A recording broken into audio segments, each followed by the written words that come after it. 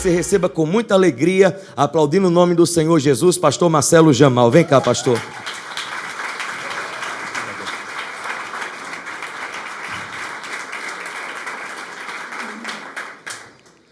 Paz do Senhor, queridos. Amém. Quem está feliz aí, diga amém. Amém. Muito bem, prazer estar com vocês e compartilhar a palavra do Senhor, servindo-os na mesa de Deus. E hoje de manhã eu estava aqui e eu vi que essa igreja aqui é uma igreja bem jovem, né? E aí eu fui lá e comprei uma calça também agarrada. Aí eu descobri, eu sempre ficava pensando assim, por que as mulheres ficam fazendo... É calça agarrada. Eu tenho toda hora ficar fazendo assim agora, assim, ó. Né? Vai descobrir, a gente vai descobrindo as coisas. Mas olha, isso aqui é culpa do Cecel. O Cecel foi me buscar lá no aeroporto. Aí estava com uma calça, mas tão agarrada. Eu fiquei olhando assim. Entendeu? É que a minha não está rasgada aqui ainda, porque eu não oro tanto ainda, entendeu? Mas depois que eu orar mais, ela volta rasgada aqui.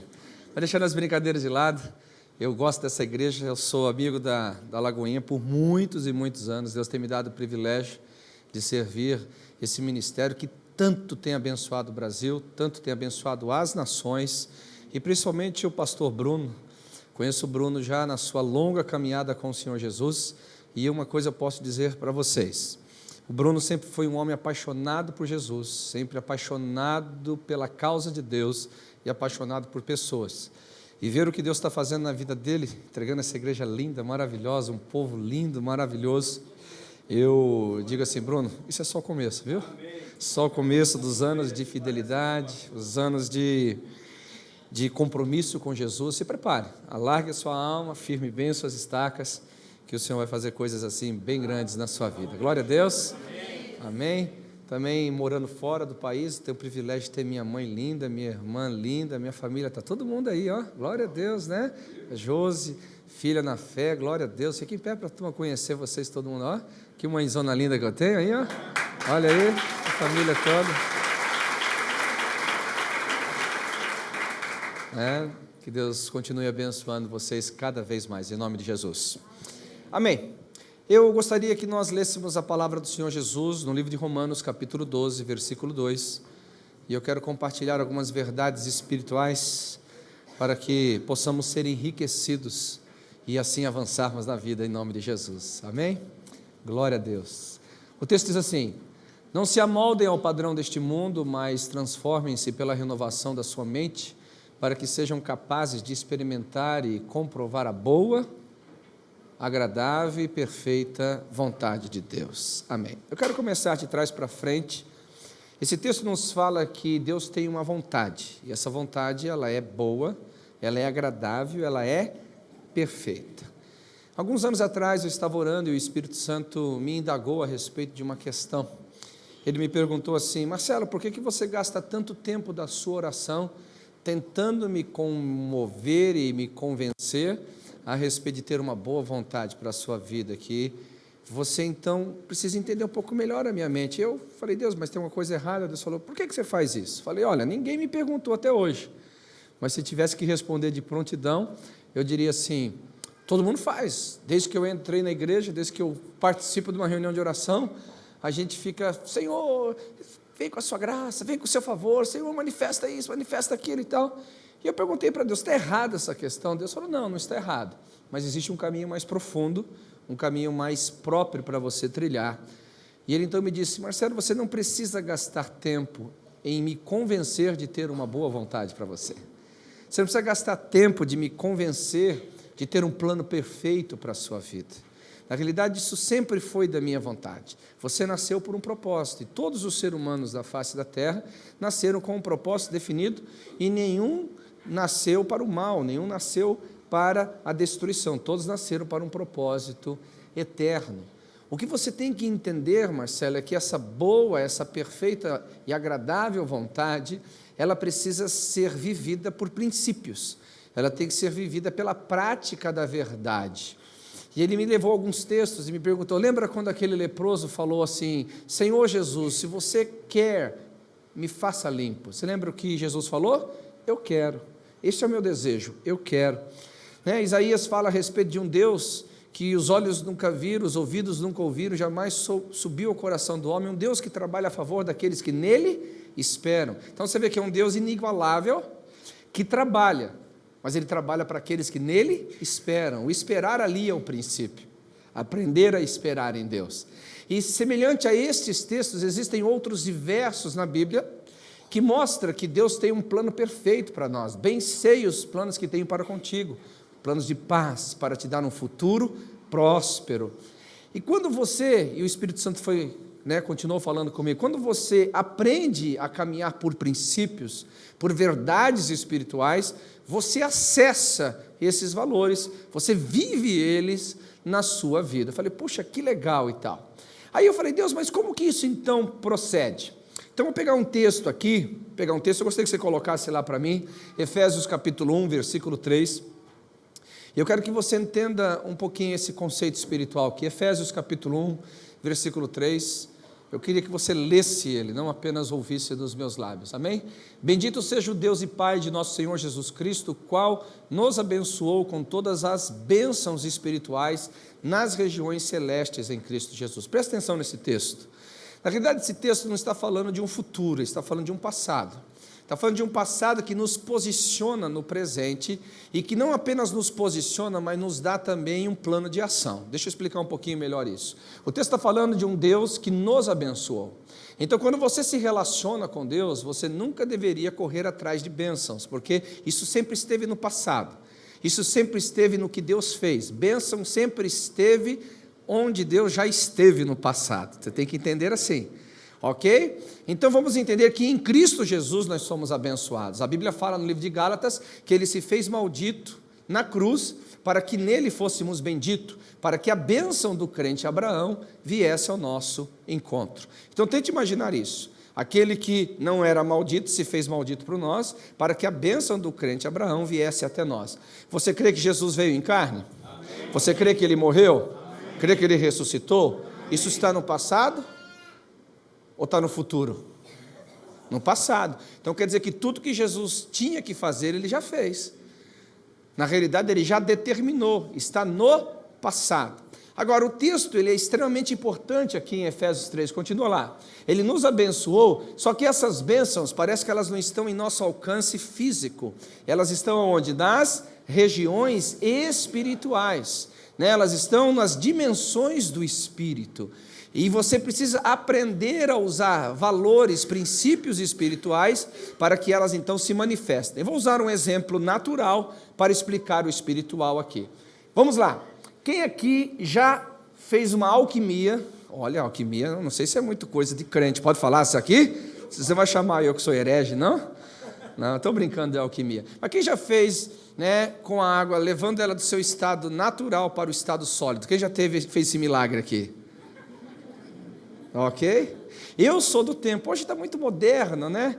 Os jovenzinhos nem lembram, nem vai saber disso que eu vou falar agora. Eu sou do tempo, meu amigo, que você tinha que ter uma batalha espiritual para colocar um gelo dentro do copo, porque a gente colocava dentro das forminhas, e para tirar aquilo ali era uma luta, cara. Você torcia assim, às vezes quebrava a forminha, mas o gelo não saía. Alguém lembra disso aqui?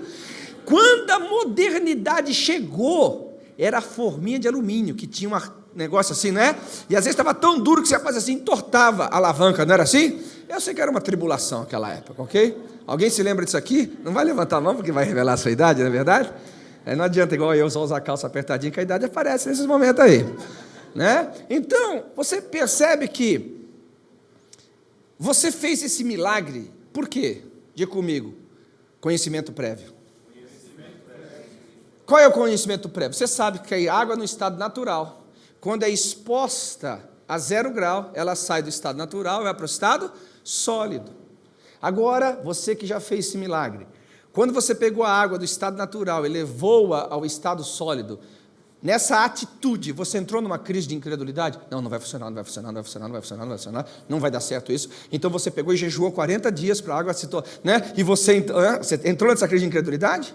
Não, simplesmente você sabia que ia acontecer, porque você tinha um conhecimento prévio da lei da física. Concorda comigo ou não? E o contrário, você já pegou a água do estado natural e levou ela ao estado gasoso? Sim, colocou ela para ferver, né? Quando a água chega a 100 graus, ela entra em ebulição. Quando você fez isso, entrou num estado de incredulidade profunda, achando que o fogo não aqueceria a água suficientemente, que ela nunca chegaria a 100 graus, que dia que você entrou em incredulidade? Agora eu te faço uma pergunta, por que você não entrou em incredulidade? Porque você está tão firmado no conceito da física, que é impossível dar errado. Te faço uma pergunta, qual que é a nossa fé em relação às mesmas leis espirituais que determina tudo que é perfeito, santo, agradável e poderoso vai vir ao nosso encontro que está nas regiões celestiais? Por que nós temos tanta dúvida das leis espirituais e tanta certeza das leis físicas? Simples, por uma questão de controle. As leis da física estão nas nossas mãos. O que é a ciência? Ela nos dá o direito de fazer e tornar fazer, e a repetição daquilo se torna um fato científico. Agora, desde a antiguidade não se viu, nem com os ouvidos se ouviu, nem com o coração se percebeu, um Deus além do nosso Deus, aquele que está sentado no trono. Ele não muda, Ele é capaz de manter o padrão da criação, Ele é capaz de manter o padrão do sobrenatural, Ele é capaz de fazer infinitamente mais, Ele é capaz. Agora a questão é fé. Se a gente tem fé quando tem controle, por que não vai ter fé quando a gente descansa? Ou seja, esperar em Deus. Então Deus me chocou muito com esse exemplo. Eu falei, Deus, uau, eu quero andar nessa medida de fé, eu quero andar nessa dimensão de milagres. Deus falou assim, você tem que entender o seguinte, que para você entrar nessa dimensão de fé, a semelhança de que a verdade física, tanto da água se tornar sólida como gasosa, você acreditou, você creu naquele princípio.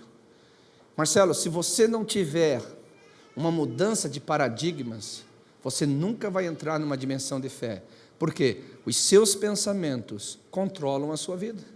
Aquilo que você pensa é aquilo que você faz. Aquilo que você pensa é aquilo que você realiza.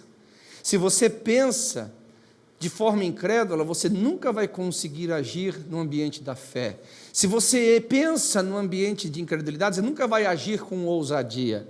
Então, se você quer entrar naquela dimensão de intervenção de Deus para o que é bom, perfeito e agradável, você tem que continuar lendo o texto. Lembra? Transforme o vosso entendimento. Transforme o vosso entendimento. Tudo que nós fazemos na vida é fruto da nossa forma de pensar, é fruto da nossa forma de elaborar questões. Agora, olha que coisa interessante. Você já parou para pensar que Deus pensa? A maioria de nós não para pensar. Deus pensa. Deus é um ser pensante. Isaías diz que os pensamentos de Deus são mais elevados do que os nossos pensamentos. Agora, como que você pensa e como que Deus pensa?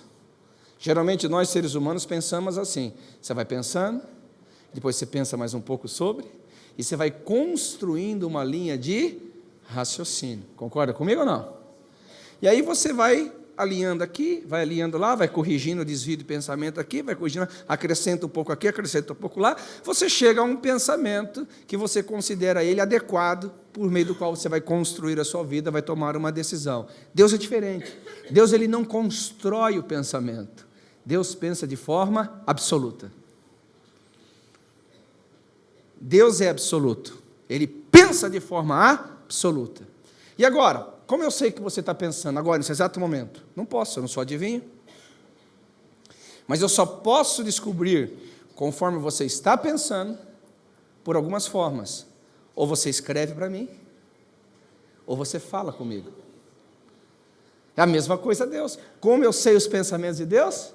Quando Deus falou, e Ele mandou registrar o que Ele falou. Então, quando você lê a Bíblia, você não está só lendo um livro qualquer, você está lendo os pensamentos de Deus que Ele ordenou para que ficasse registrado. E os pensamentos de Deus não estão sendo construídos, eles são absolutos, absolutos, absolutos. Agora, o grande segredo daqui é, eu vou te dar uma formulinha para você parar para pensar um pouco. Quantos creem que a Bíblia é a palavra de Deus? Diga amém. Amém. Glória a Deus. Quantos creem que a Bíblia é a verdade? Diga amém. Amém. Quantos creem que a verdade liberta? Amém. De novo, a Bíblia é a palavra de Deus? Amém. A palavra de Deus é a verdade? Amém. A verdade liberta? Amém. Parabéns, mas eu quero te indagar numa coisa. Até aqui você foi muito bem, mas não o suficiente para desfrutar dos milagres e das manifestações de Deus. Sabe por quê? Porque não adianta a Bíblia ser a palavra de Deus, não adianta ela ser verdade, e verdade libertadora, se ela não é verdade para você. A verdade que liberta, a verdade que transforma, a verdade que cura, a verdade que libera o poder, é quando ela é apropriada como verdade para aquele que ouve. Você quer ver mais? Quem aqui é salvo? Amém. Você viu Jesus nascer? Por que diminuiu? Não entendi agora. Você viu Jesus nascer? Não. Viver? Não. Morrer? Não. Ressuscitar? Não. Subir ao céu? Você está vendo ele agora sentado lá no trono? Não. Por que você tem a certeza que você está salvo? Eu não quero desviar ninguém, fica tranquilo. Isso é uma obra do Espírito Santo. O Espírito Santo promoveu uma verdade absoluta. Ela não é negociável. Essa verdade sobre a salvação não é negociável. Você não precisa de fatos externos. Você não viu Jesus nascer, você não viu Jesus viver, você não viu Jesus morrer, você não viu Jesus ressuscitar, você não está vendo ele assentado à direita de Deus, mas como os pensamentos de Deus sobre a salvação, que diz todo aquele que nele crê será salvo, entrou dentro de você, isso é uma verdade absoluta. E aqui você vai entender o que é fé. Espera um pouquinho para você aplaudir maior. Diga comigo, fé substancia a palavra. Mais forte, fé substancia a palavra. É mais ou menos, você tem a lei da física, a 0 grau ela congela e a 100 graus ela ferve. Você tem a lei da física que substancia uma ação. Você também tem uma palavra que substancia o milagre quando você confia no caráter daquele que liberou a palavra. Você pode dar um aplauso ao Senhor agora? Então, uma relação com Deus é uma relação de confiança. A relação com Deus é uma relação de quem confia no caráter dele. E a incredulidade é o contrário. Eu não confio em Deus, porque eu vou depositar minha vida. Eu não confio no que Ele falou, porque eu vou dirigir os meus passos. Eu não confio no que Ele disse, então eu vou ter o controle. Isso é fé. E nós temos que caminhar nessa direção. Bem, pastor, mas você falou que os meus pensamentos controlam a minha vida. E eu preciso ter os pensamentos de Deus. É verdade, por quê? Porque quando você tem os pensamentos de Deus, você pode controlar os seus pensamentos. 2 Coríntios capítulo 10 diz o seguinte, que as nossas armas não são carnais, mas elas são poderosas em Deus para destruir sofismas e fortalezas, e quebrar sofismas e fortalezas, e tomar cativo todo pensamento em obediência a Cristo. Então, eu sei que os meus pensamentos governam a minha vida, mas eu posso governar os meus pensamentos. E como é que eu posso governar os meus pensamentos? Primeiro passo, você tem que parar para pensar sobre o que você está pensando. A maioria de nós não fazemos isso. Foi essa reação que eu tive, a mesma vez, quando eu... Igualzinho, não se assusta não, nós estamos no mesmo barco aqui, só que eu já estou mais na frente, eu comecei, porque quando Deus me indagou, Marcelo, você está pensando sobre o que você está pensando? Eu falei assim, não, nunca pensei. A maioria de nós não para pensar sobre o que está pensando. E quando você para pensar sobre o que está pensando, talvez alguns de vocês vão chegar à conclusão que eu cheguei. Eu gastava muita energia, eu gastava muita força em pensar coisas desnecessárias, em pensar coisas que não tinham vida, em pensar coisas que são na contramão dos pensamentos de Deus, de pensar muitas coisas que produziam mais incredulidade do que fé, que produzia muito mais independência do que dependência, muito mais distanciamento do que aproximação de Deus. Quando eu comecei a ter governo dos meus pensamentos, eu comecei a viver melhor. Porque eu comecei a falar, pera um pouquinho, se Deus pensa de forma absoluta, e a palavra de Deus são os pensamentos de Deus traduzidos para nós, o que eu tenho que pensar? O que Deus pensa. O que eu tenho que pensar? O que Ele falou. Se eu estou pensando contrário ao que está escrito, os meus pensamentos não estão alinhados com o que Deus quer para a minha vida, com o que Deus planejou para a minha vida. E se os meus pensamentos governam a minha vida, eu vou ver quem é que me dirige.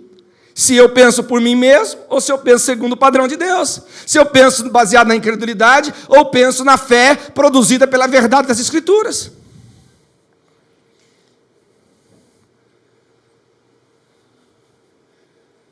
Agora, isso é uma dinâmica de autoconhecimento no âmbito da fé, no âmbito do nosso relacionamento com Deus. E aqui eu vou tocar num assunto, eu não vou poder explicar. Você sabe, pastor itinerante sempre deixa uma dica para o pastor convidar a gente de novo, não é verdade? Numa outra ocasião eu volto para explicar. Mas, uma coisa você tem que entender. Nós temos muitas vezes, irmãos, principalmente isso não é culpa de vocês não, tá? Um pouquinho só, um pouquinho. Mas é mais culpa nossa de pregadores. A gente gera no povo uma fé não inteligente. Uma fé que às vezes não vem de Deus. Porque geralmente, vocês querem, e alguns pregadores estão preocupados mais em agradar vocês, e vêm com as sentenças assim: hoje a sua vida vai mudar e você nunca mais vai ser o mesmo. Quem já ouviu isso? E a gente bate palma, aleluia, é isso que eu queria. Ai, que culto, aleluia, minha vida nunca mais vai ser a mesma. Em alguns sentidos é verdade. Por exemplo, a viúva recebeu uma palavra: nunca mais faltará a farinha na sua botija. Amém. A outra viúva, nunca mais faltou o azeite, ou seja, recebeu azeite suficiente para pagar as dívidas e viver daquilo. Amém. Aquele homem que era um deficiente físico, toma tua cama, levanta e anda quem? Mas na realidade você vai ver que a maioria dos milagres, a maioria das intervenções de Deus, elas não acontecem simplesmente de forma instantânea, como quem está recebendo um toque de mágica, um toque da varinha de condão. É necessário uma mudança de mentalidade para que você experimente o que é bom, perfeito e agradável. E por não mudarmos a nossa forma de pensar, a gente não entra numa dimensão de intervenção divina como gostaríamos. Aí entra a sua parte e a minha parte. Eu acho que aqui é uma fé honesta. Aqui é uma fé sem hipocrisia. Aqui é uma fé verdadeira que não duvida do caráter de Deus, mas também nos lança a responsabilidade de termos o controle de nossas próprias vidas.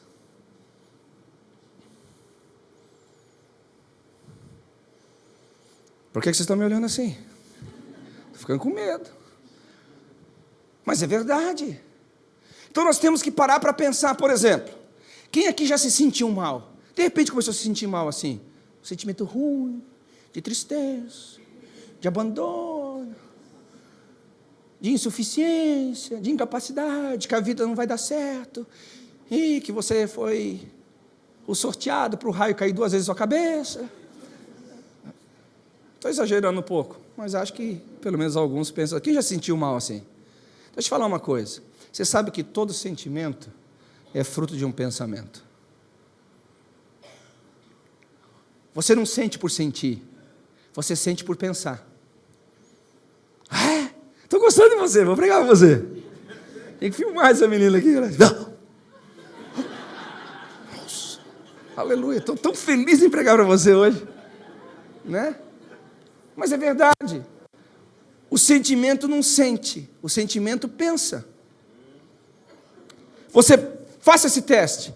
Todas as vezes que você está se sentindo assim mal, deprimida, para e pensa no que você está pensando. Você vai ver que você está pensando alguma coisa que está produzindo aquele sentimento. Às vezes é uma seta do demônio, às vezes é um ressentimento lá atrás, às vezes foi um fracasso que você teve há 20 anos atrás, ele acendeu de novo. E o diabo é mestre em fazer isso. Por quê? Porque se ele prende você nos sentimentos passados, ele vai comprometer o teu futuro. Se ele prende você no que você está sentindo no passado, ele vai roubar toda a sua energia para o futuro. A palavra em português já explica isso, ressentimento. O que é ressentimento? Sentir de novo o que já foi sentido. Aí vamos pegar um exemplo aqui. Você está assistindo um programa de televisão, eu acho que a maioria de nós já fez isso, e o camarada lá, seja um noticiário, seja... crente não vai assistir novela, né? Então nem vou usar esse exemplo aqui, que não vai servir para vocês, né? Noticiário, e o cara está fazendo um noticiário, entendeu? E você não concorda com o cara. Está amarrado! Eu repreendo Satanás da boca desse homem. Diabo, para de falar na boca dele. Eu te repreendo! Irmão, isso é bobagem, isso é tolice. Você não tem que ficar guerreando com o homem. Muda de canal.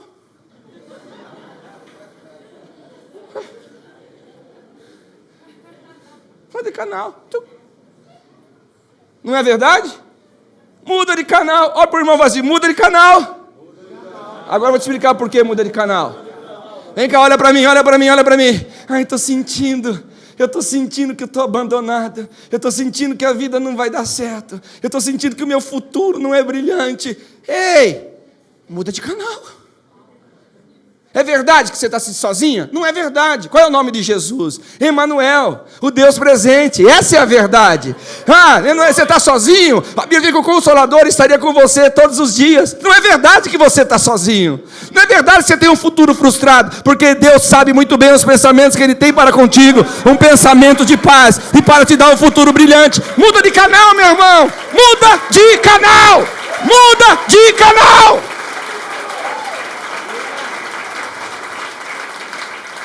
Agora, se você não para pensar sobre o que você está pensando, você nem entende o que está sentindo, porque não sabe o que está pensando. Aleluia. Está comigo aqui ou não? Amém. Eu tenho visto ao longo de uma caminhada, pessoas que comprometem o seu futuro, porque tem pensamentos que não estão alinhados com os pensamentos concretos de Deus. Quer ver uma coisa? Quem aqui já recebeu uma palavra de Deus para a sua vida? Diga amém. Amém. Você acha que Deus, quando está... Escuta aqui, vou te ensinar a andar profeticamente. Relógio, em nome de Jesus, pare. Pare! Vamos lá. Vou te ensinar a andar profeticamente. Quantos creem que Deus é atemporal? Ou seja, Ele está no presente, no passado e no futuro ao mesmo tempo? Diga amém. Você acha que quando Deus fala para você, Ele vai criar o que falou? Ei, rapaz, acorda! Quando Deus fala para você o que vai acontecer, é porque Ele já está lá no futuro vendo a coisa pronta. Não, você não entendeu. Não é uma possibilidade, é uma certeza. Ele já está vendo lá na frente o negócio pronto. Quando Ele fala sobre uma cura, Deus já te vendo curado lá na frente. Quando está falando de prosperidade, Deus já está vendo você próspero lá na frente. Quando Ele fala do seu ministério, Ele já está vendo você fluir no seu ministério lá na frente. Deus não cria a partir do momento que Ele fala. Ele já está no futuro anunciando o que vai ser.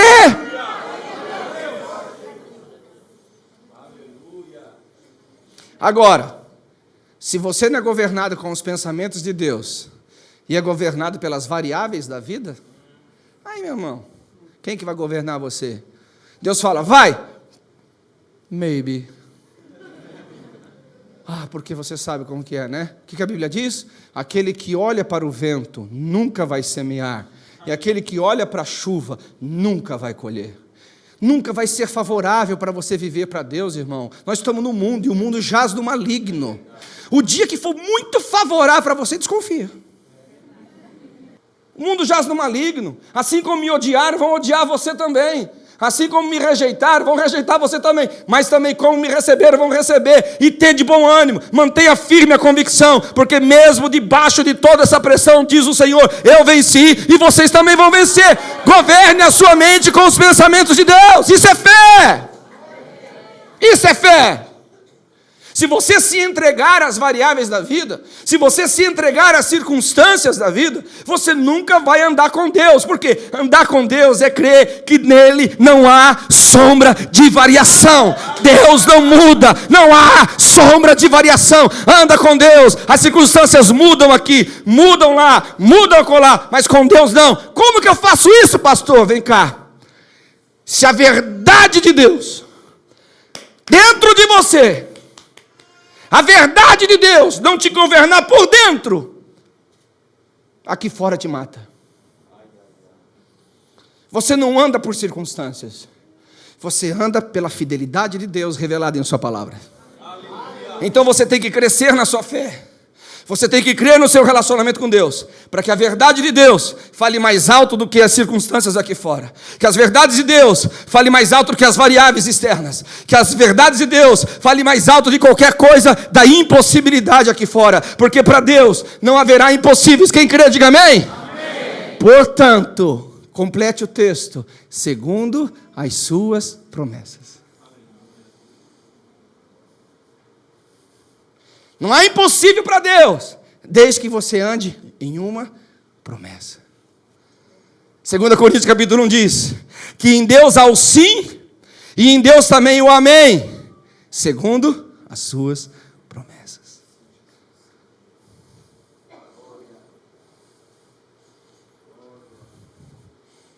Está comigo aqui ou não? Então o que Paulo nos ensina nesses textos, bendito seja Deus e Pai do nosso Senhor Jesus Cristo, o qual nos abençoou. Eu ando nessa verdade. Agora essa verdade está na região espiritual, que eu tenho que materializar pela prática. Pela prática, eu criei por isso, falei. Eu criei por isso, falei.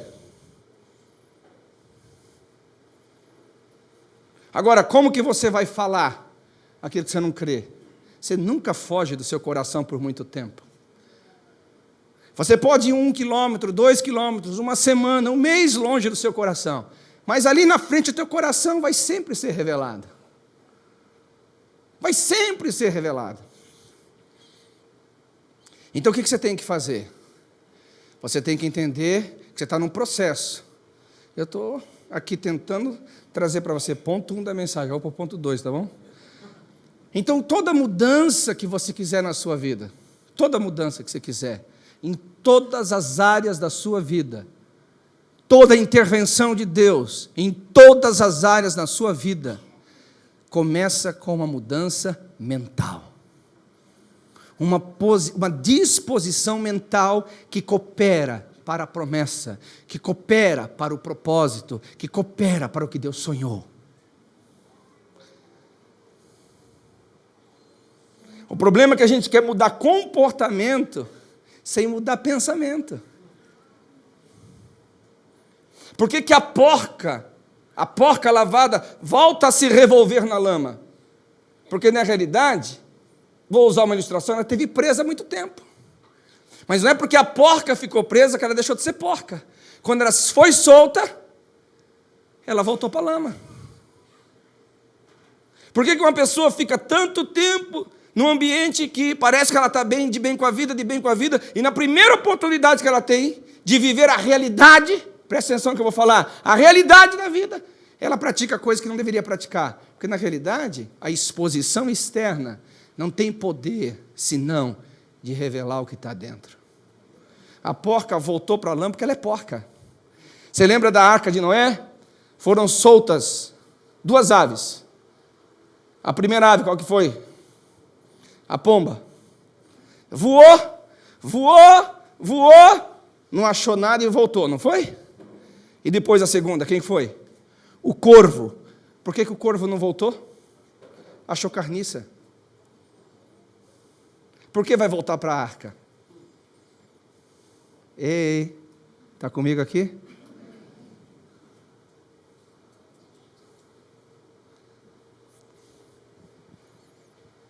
É simples. Nós queremos, às vezes, moldar as pessoas com uma performance religiosa. Nós queremos mudar as pessoas com obrigações e exigências humanas. Isso não muda o homem, isso aprisiona. Na primeira oportunidade dele ser o que ele de fato é dentro, ele vai ser fora.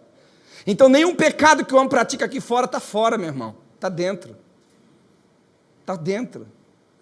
Ah, como assim? Eu vou te explicar. No céu tinha pecado? Não. Mas como que Lúcifer caiu? Eu volto depois a explicar isso. Tinha pecado no Éden? Tinha pecado no Éden? Não. Tinha questões externas.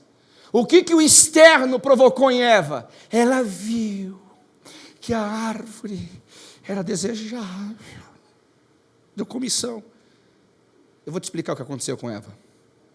O diabo chegou assim: Eva, come esse fruto, você vai ganhar uma Ferrari. Não.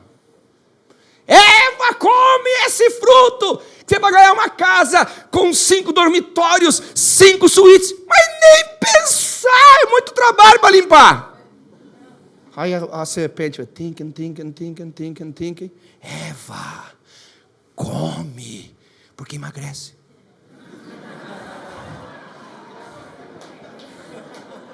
Desculpa, as irmãs.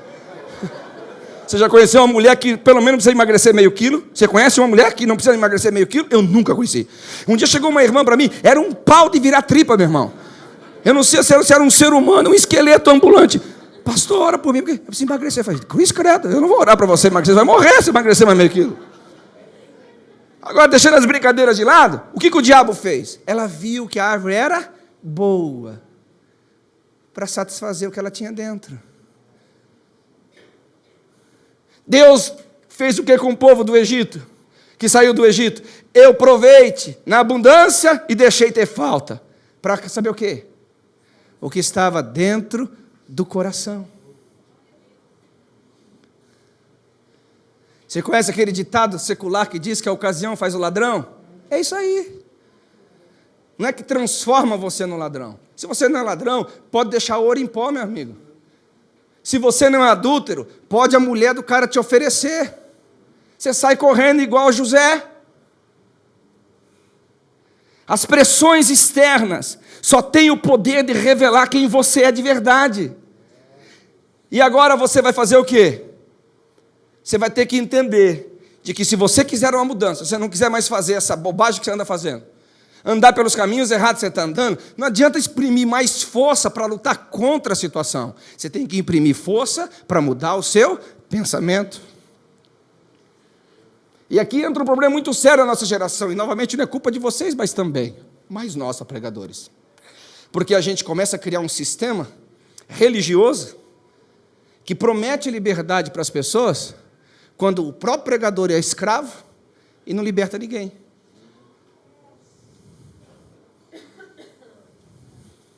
Pedro fala sobre isso. Porque é o ambiente em que a gente prega uma mensagem que Deus nunca está dentro dela. A Bíblia fala que nós pregamos a palavra de Deus na presença de Deus, como quem está falando do próprio Deus. Eu fico pensando que alguns tipos de pregação que os caras prometem que Deus vai fazer, Jesus levanta o trono. Ei, Gabriel, me ajuda aqui, Miguel também, porque o que o cara está prometendo eu não consigo fazer sozinho, você tem que descer lá para eu ajudar. Porque é uma coisa tão mirabolante, que Jesus fala assim, eu prometi isso. Ele começa a ler a Bíblia e fala, cara, eu não prometi, ele está falando que eu prometi.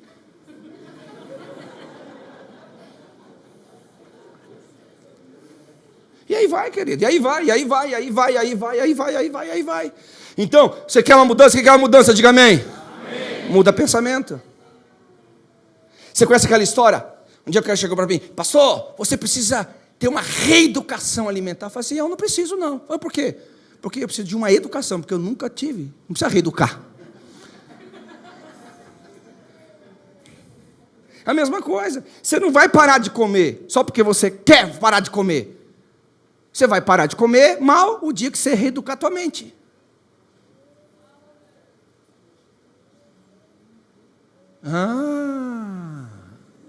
Você viu como é difícil agora reeducar a mente quando fala de comida, não é verdade? Porque na hora que você vê aquela comida, meu Deus, eu não aguento. A tentação, mas tem que ser governado pela palavra. Ele fala assim, ei, você! Eu não permito nenhuma tentação maior do que a força de suportar. Aleluia, é verdade. E assim vai, estou brincando, mas é verdade. Quem quer mudança de comportamento? Amém. Muda a mentalidade. E aí eu vou começar a terminar aqui. Sabe por que a gente tem tanta dificuldade de mudar? Por duas razões. Primeiro, por causa das nossas tradições.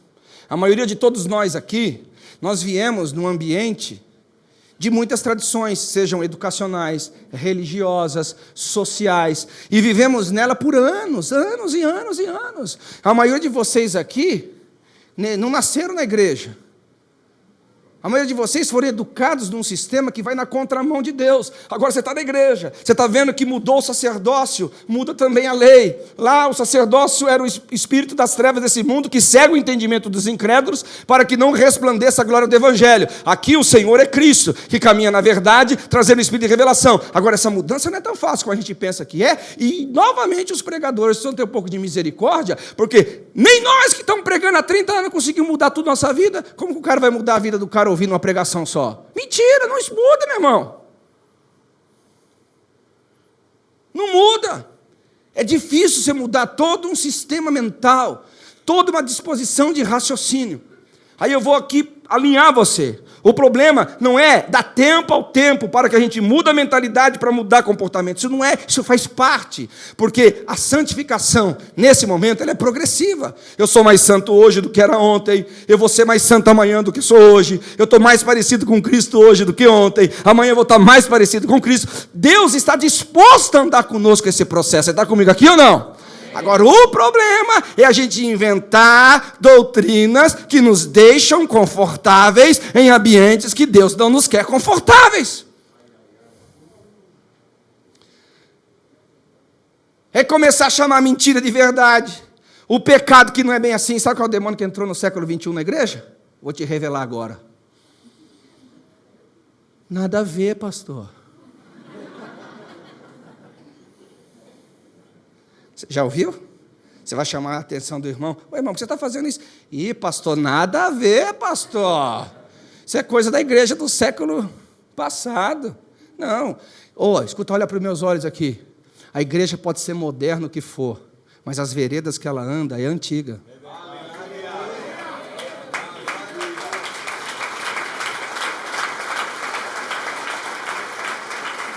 Então isso é um problema sério.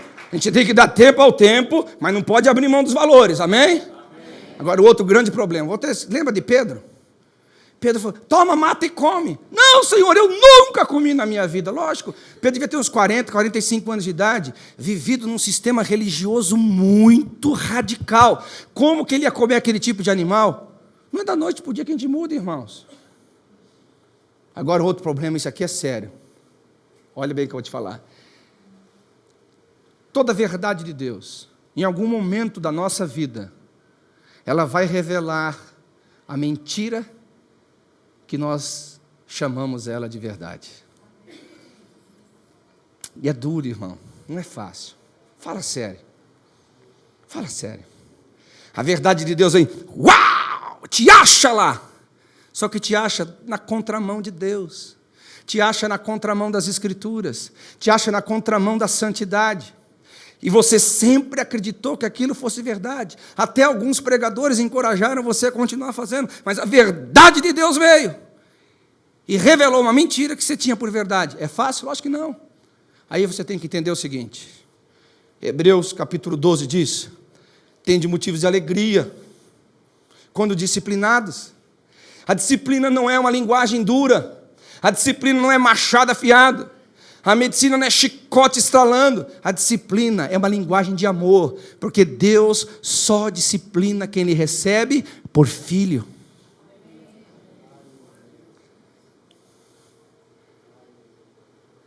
Se você é recebido por filho, Deus vai te disciplinar. E agora eu vou te dizer uma coisa bem forte. A Bíblia fala assim, se estáis sem disciplina... Ei, tem que estar comigo aqui, diga amém. Amém. Se estáis sem disciplina, a Bíblia fala assim, sois bastardos. Você nasceu fora da aliança. Quem gerou você? A religião. A religião gerou você. Você não nasceu de novo em Cristo. Você foi gerado pela religião. É bastardo. E ninguém disciplina filho do vizinho. Você disciplina filho do vizinho? Não, mas seu filho você disciplina. Então, todos que Deus recebe por filho, Ele disciplina. Agora, a disciplina é legal? Lógico que não, meu irmão. A própria Bíblia fala assim, quando são disciplinados tem motivo de tristeza. É triste você ser pego numa mentira que você tinha por verdade. É duro você ser pego numa questão que você achava que estava certo, mas agora está errado. Mas a Bíblia fala que naqueles que são exercitados nela, colhem frutos de justiça. Novamente Deus jogando a fé na sua responsabilidade. Novamente, Deus jogando a fé no seu colo, dizendo: e aí, o que você vai fazer com a verdade agora? Aí eu vou usar o exemplo de Eva. Foi verdade quando Deus falou que certamente morreria quando comeria, se comesse o fruto da ciência do bem e do mal? Era verdade ou não? Agora foi verdade para Eva? Não adianta só ser verdade para Deus. Não adianta só estar escrito na Bíblia. Não adianta só o pregador pregar. E aqui eu começo a terminar dizendo: gente, eu não convenço vocês. Eu nunca vou mudar a vida de vocês. Não tem pregador na face dessa terra que pode mudar a vida de ninguém. Eu mesmo não posso mudar a minha própria vida.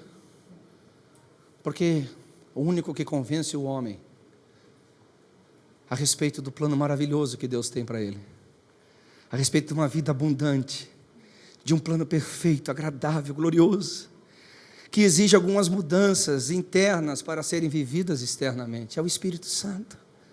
Se o Espírito Santo não puder entrar dentro de você, se o Espírito Santo não puder te convencer da verdade, se o Espírito Santo não puder entrar naqueles momentos mais sombrios, de maiores dores, de maiores sofrimentos da sua vida, não espere de ninguém mais, ninguém pode fazer isso. Então a mensagem como essa não é mensagem dura. Não olhe dessa forma.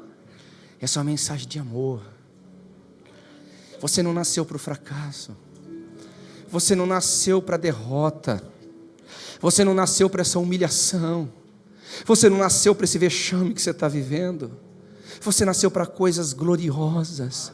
Ei, olha para mim aqui, meu querido. Olha para mim. Você não pode definir o seu destino por esse momento que você está vivendo. Você não pode definir o seu destino por essa situação que você está vivendo. Os planos de Deus são muito maiores do que isso. Mas talvez você diga: pastor, você não sabe o erro que eu estou cometendo, você não sabe a falha que eu estou cometendo. Deixa eu te falar uma coisa: eu sou um pregador da santidade, mas eu não sou um pregador que não crê na misericórdia e na compaixão de Deus. Você não pode matar o que Deus um dia deu para você por causa de um erro, por causa de uma falha, por causa de uma conduta errada. Pelo contrário, olha para aquilo com os olhos de Deus, com misericórdia. Olha para a sua vida com olhos de compaixão. Diga: espera um pouquinho, uma falha momentânea não vai afetar o meu destino. Uma falha momentânea não vai destruir uma palavra que Deus me deu. Sabe de uma coisa? Eu vou mudar os meus pensamentos e fazer o caminho de volta. Quer um exemplo disso? O filho pródigo, ele caindo em si. E aqui é uma coisa que eu quero trabalhar com você. Quando o homem cai em si, a primeira coisa que vem, olha para os meus olhos aqui, é a justiça própria. Nós queremos ter justiça própria para andar com Deus. Já não sou digno, autocomiseração, justiça própria, em outras palavras. Já não sou digno nem de chamar de filho. Vou ser um servo, autopunição, autocondenação, como se você achasse que isso fosse um sinônimo de espiritualidade, como se você achasse que isso fosse um sinônimo de arrependimento. Não, isso é ignorância. Isso é falta de revelação, de entender o amor de Deus. Isso é falta de consideração ao sangue derramado na cruz. Isso é falta de consideração ao que Jesus Cristo fez por você, meu irmão. Volte, faça o caminho de volta, mude a sua mente, faça o seu caminho de retorno. Na casa do Pai há um cordeiro cevado, existem vestes brancas, existem sandálias novas, existe um anel preparado para você. Aleluia! A disciplina de Deus é para voltar ao padrão, não é para matar, não é para destruir, é para levantar você, é para dizer: olha, volte ao plano perfeito, volte ao que eu sempre sonhei a respeito da sua vida. Não abra mão, não abra mão, não abra mão, volte ao padrão de Deus. Volte a crer no seu chamado, volte a crer nos sonhos que um dia Ele plantou dentro do seu coração. Volte a acreditar em tudo aquilo que um dia a boca de Deus falou, os anjos proclamaram, os profetas disseram, o que você entendeu pela palavra, o que te foi dado por sonho, o que foi te dado por inspiração, o que foi te dado como dos céus para a sua vida, meu irmão. Aleluia. Eu gostaria tanto que você que entendeu que essa palavra é para você, essa palavra veio do céu por teu coração, que você fosse ficando em pé no seu lugar, ficando em pé no seu lugar. Aleluia, vai ficando em pé no seu lugar. Eu gostaria que você fechasse os seus olhos, e você não precisa, em hipótese alguma, agora se preocupar com quem está à sua direita e à sua esquerda, meu irmão. É o seu destino. Não é hora de vergonha, não. Agora é hora de ir para cima da sua vida, ir para cima do seu destino profético, ir para cima do que Deus um dia falou com você. E eu gostaria que você levantasse as suas mãos e começasse a orar ao Senhor. Falar: Deus, muito obrigado por essa palavra. Pode ministrar ao Senhor as canções. Senhor, muito obrigado. Eu retomo a minha vida hoje. Eu retomo agora o controle da minha mente. Eu não vou permitir que pensamentos de derrota me conduzam. Eu não vou permitir que pensamentos de destruição me conduzam. Eu vou me caminhar pelo Espírito da fé. Eu vou caminhar pelo Espírito da verdade. Eu vou caminhar pelo Espírito da grandeza de Deus.